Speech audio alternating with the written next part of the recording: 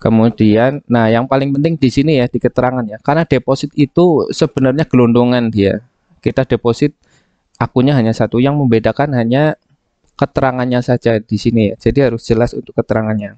Ini menurut saya biar gampang nanti saat pembuatan SPT-nya ya, pembuatan bukti potongnya ya. Oke, seperti itu. Jadi biar nggak lupa, pembuatan deposit diiringi dengan pembuatan ebupotnya. Jadi nanti di akhir periode pas kita membuat masa SPT masa itu langsung klop ya. Jika masih ada saldo, dia otomatis akan mencari saldo depositnya. Jadi nggak membentuk eh, pajak yang belum dibayar atau utang pajak ya. Mohon di like, komen, subrek biar saya dapat iklan dari YouTube. Terima kasih. Oke, yang pertama karena saya bukan orang pajak ya, jadi kita belajar bersama lah ya. Saya bisa salah, bisa benar gitu. Ini sepengetahuan saya aja. Nanti untuk info yang paling benernya hubungi AR di KPP-nya masing-masing. Ini sebagai referensi aja. Oke Bapak Ibu, melanjutkan kortek kita ya. Kemarin kan sudah teori, kita praktik ke yang pertama ya. Ini mengulang yang kemarin. Kalau di instansi Pemda itu ada dua cara untuk membayar pajak, yaitu dengan membuat SPT terlebih dahulu. Nanti kan terbit di SPT-nya kurang bayar ya, otomatis nanti membentuk kode billing. Atau cara kedua yaitu dengan membuat deposit gitu, jadi SPT-nya belakangan. Kemarin saya sudah jelaskan ya di video saya yang ini. Oke, kita lanjut ke deposit. Oke, perlu diperhatikan juga ya bahwa deposit itu bukan untuk pelaporan pajak ya. Pelaporan pajak itu SPT-nya ya. Jadi walaupun kita membuat deposit, kalau kita nggak membuat SPT itu sama aja kita belum laporan pajak. Deposit hanya perantara untuk membayar pajak tadi, seperti yang dijelaskan di depan. Jadi menurut saya lebih enaknya gini, sambil membuat deposit itu sambil nyicil buat ebupotnya. Jadi kan depositnya berapa, kemudian dicicil ebupotnya, sekalian direkam ya, nanti deposit ini, kemudian ebupotnya ini, kemudian bikin deposit lagi ebupotnya ini. Nanti setelah sebulan gampang, karena kan tahapannya dari ebupot ke SPT kan tinggal satu langkah lagi gitu. Termasuk gaji ya, gaji kan dibayar ini bentuknya masih dalam bentuk deposit, otomatis ebupotnya harus dibuat ya. Kalau enggak nanti sampai akhir tahun itu bentuknya masih deposit bukan SPT. Kalau nggak bikin SPT nanti bisa kena denda ya.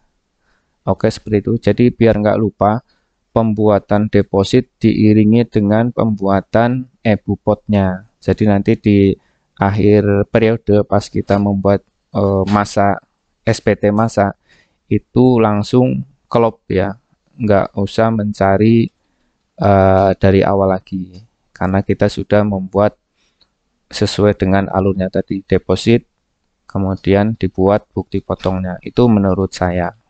Login dengan user PIC, kemudian di bagian atas di sini kita ganti ke badan ya, PIC badan. Jadi kita login ke PIC, kemudian di bagian atas di sini dipilih yang instansi atau badan tadi.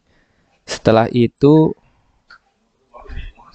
kita ke pembayaran di sini ya. Kemudian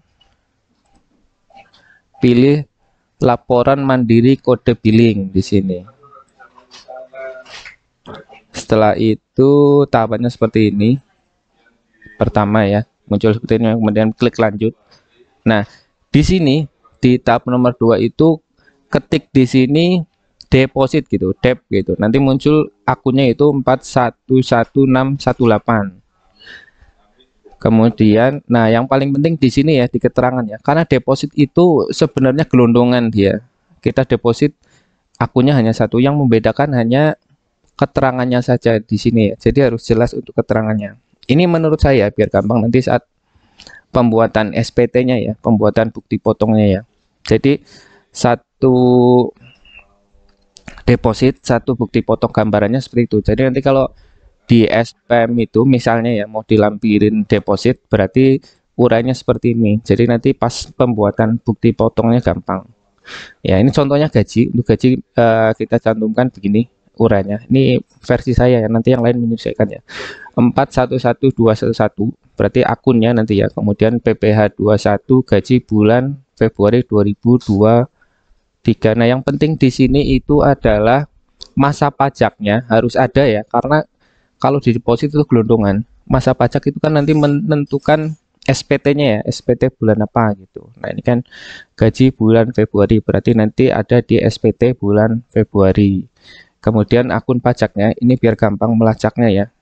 Pas pembuatan SPT ini, oh ini gajinya udah dibayar, jadi nggak perlu buat kode billing lagi, seperti itu, biar gampang melacaknya. Contoh yang kedua, ini misalnya konsumsi ya. 41121 ini yang catering, penerimanya perorangan. Kemudian PPh 21 konsumsi apa gitu kegiatannya, jadi nanti gampang. Kemudian berikutnya untuk PPN, misalnya mau dibuatkan kode billing, ini hasilnya seperti ini ya kalau di download ya. PPN nanti urainya seperti ini biar gampang nanti. Pertama akunnya, akun PPN 411211 PPN. Nah, yang kemudian dicantumkan di nomor fakturnya. Di sini ya, penting karena di Kortek itu saat pembayar PPN itu harus ada fakturnya. Jadi kalau PPh itu nanti di Bupot bukti potong, kalau PPN itu nyantolnya di faktur SPT-nya ya. Jadi di sini biar jelas dicantumkan nomor fakturnya. Karena di Kortek harus mencantumkan nomor faktur nanti ya di PPN-nya. Ini nanti ngeling ini antara fakturnya vendor dengan fakturnya bendahara, gitu ya. Nah, kemudian ini tentang buku besar ya, buku besar di sini. Nah, di sini di buku besar itu saldonya ada seperti ini. Pertama debit kredit. Kredit itu SPT ya. Debitnya tadi dari pembayaran kode billing yang biasa, atau dia mendebet dari deposit seperti itu. Nanti ini bisa diterapkan filter di sini ya. Ini saldonya juga ada di sini. Nanti rinciannya bisa diterapkan filter, jadinya seperti ini ya. Nah, ini contohnya.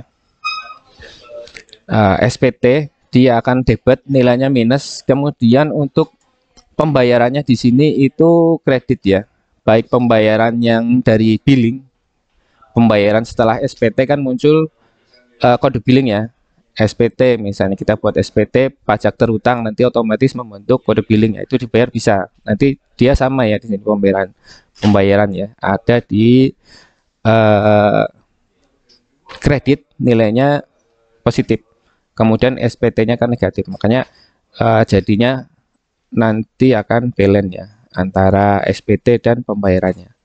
Jika masih ada saldo, dia otomatis akan mencari saldo depositnya, jadi nggak membentuk pajak yang belum dibayar atau utang pajak ya.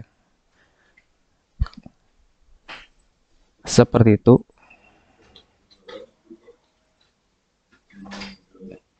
Terima kasih.